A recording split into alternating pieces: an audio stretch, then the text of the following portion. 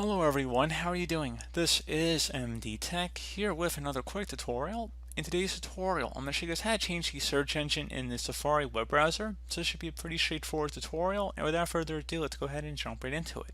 So we're going to start by selecting the Safari button up at the top left of the menu bar.